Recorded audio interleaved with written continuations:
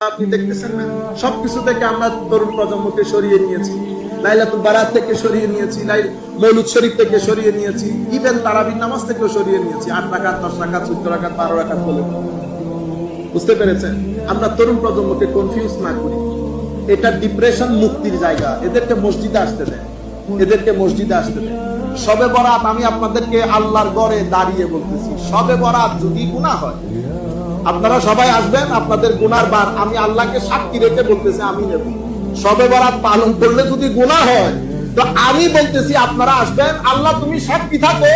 আমি আপনার মুসল্লিয়ানে কেরামদেরকে বলতেছি আসতে, যদি আসার কারণে গুনাহ হয়, আল্লাহ তাদের গুনার ভার আমি নিচ্ছি, মাওলা তুমি সাক্ষী থাকো। এর পরবর্তীতে যেমন আমরা একটু কথা বলি না, আমরা হালুয়া রুটি বানাই।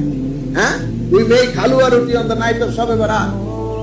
মনে রাখবেন, আমরা শবে বরাতে হালুয়া রুটি করি, বাংলাদেশ, ইন্ডিয়া, পাকিস্তান। হালুয়া রুটি has nothing to do with Quran and Sunnah. হালুয়া রুটি is a part of your culture. ভাপা পিঠা বানাই না, ভাপা পিঠা। ভাপা পিঠা কখন বানাই? শীতকালে বানাই না কেন? গরমকালে বানাইলে অসুবিধা আছে? আরে ভাই, আপনি কেন এগুলো মাঝে মধ্যে অবাক লাগে। এগুলো তো আপনার part of your culture, part of your culture. Shab-e-Barat যখন আসে, আমি এনে নামাজ পড়বো, আমার 6 বছর 5 বছরের শিশু সে কি করবে?